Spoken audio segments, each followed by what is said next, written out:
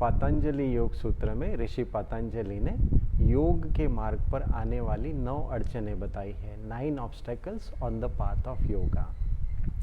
व्याधि, स्त्यान, संशय, प्रमाद, आलस्य, अविरति, भ्रांति दर्शन, अलब्ध भूमिकत्व, अनवस्थितत्व। सबसे पहला है व्याधि।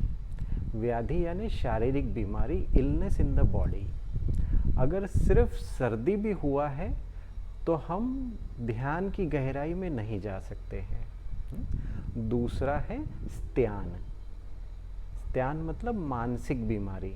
जिनका मन बीमार है वो लोग भी योग की गहराई में, ध्यान की गहराई में नहीं जा सकते हैं। फिर तीसरा है संशय। संशय मतलब डाउट। सबसे पहला डाउट होता है अपने आप पर, क्या मैं जो कर रहा हूँ वो सही है, क्या ये मेरे लिए अच्छा है। दूसरा डाउट आता है, पहला डाउट आया वैसे ही तुरंत आता है दूसरा डाउट टेक्निक पर, जो हम कर रहे हैं उस पर।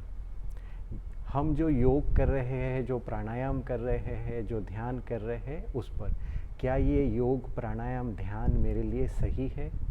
और तीसरा डाउट आता है टीचर यानी गुरु पर, कि ये हमसे तो करवा रहे हैं, ये खुद करते हैं क्या, ये हमसे क्यों करवा रहे हैं। इस तरह से डाउट्स आते हैं। 3 टाइप्स ऑफ डाउट्स। व्याधि, स्त्यान, संशय, प्रमाद। प्रमाद मतलब नोइंगली डूइंग समथिंग और नोइंगली नॉट डूइंग समथिंग। जानकर भी कुछ करना या जानकर भी कुछ न करना।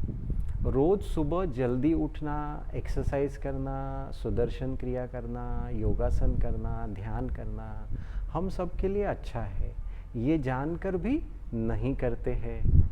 या फिर सर्दी हुई है या कोई शुगर पेशेंट है तो उस समय आइसक्रीम नहीं खानी चाहिए, शक्कर की चीज़ें नहीं खानी चाहिए, फिर भी खाते हैं, ये प्रमाद है। जानकर भी करना या जानकर भी नहीं करना। व्याधि, स्त्यान, संशय, प्रमाद, आलस्य। आलस्य मतलब जड़ता। एक तो शरीर में है या मन में है। Heaviness in the body, dullness in the body, और हेवीनेस और डलनेस इन द माइंड। सो कभी होता है कि प्राणायाम करने का मन नहीं करता, ऐसा लगता है आज प्राणायाम छोड़ दो, आज डायरेक्ट ध्यान करेंगे। Pranayama is not my cup of tea. या कभी लगता है 3 स्टेज प्राणायाम छोड़ दो, डायरेक्ट भस्त्रिका से ही हम सुदर्शन क्रिया शुरू करते हैं। फिर छठवा है व्याधि, स्त्यान, संशय, प्रमाद, आलस्य, अविरति। किसी एक इंद्रिय सुख में फंस जाना, बहुत ज़्यादा इन्वॉल्व हो जाना।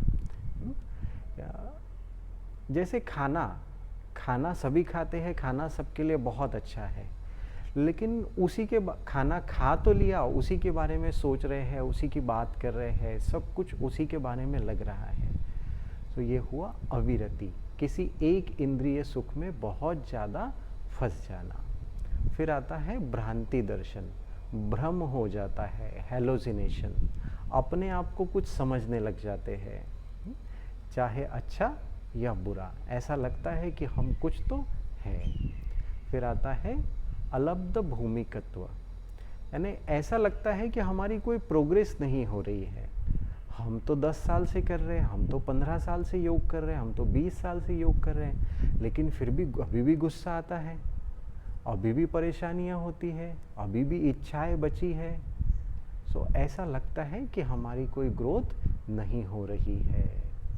और आखिरी है अनवस्थित तत्व, यानी अनुभवों में स्थिरता न होना, इनस्टेबिलिटी इन एक्सपीरियंस। यानी अनुभव तो मिला, योग किया, ध्यान किया, बड़ा अच्छा लगा, बड़ा सुंदर लगा, शांति मिली, प्रेम मिला, बट थोड़े समय के लिए, थोड़े समय बाद वो चला गया। Instability in experience. एक बार फिर से रिपीट करते हैं। व्याधि, स्त्यान, संशय, प्रमाद, आलस्य, अविरति, भ्रांति दर्शन, अलब्ध भूमिकत्व, अनवस्थितत्व। पतंजलि ऋषि ने बहुत सोच समझ के ये 9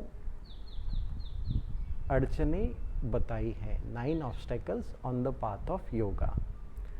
पर शायद वो ये भूल गए, वो ये कल्पना नहीं कर सके कि कलयुग में एक 10वीं अड़चन भी आएगी, 10th obstacle on the path of yoga.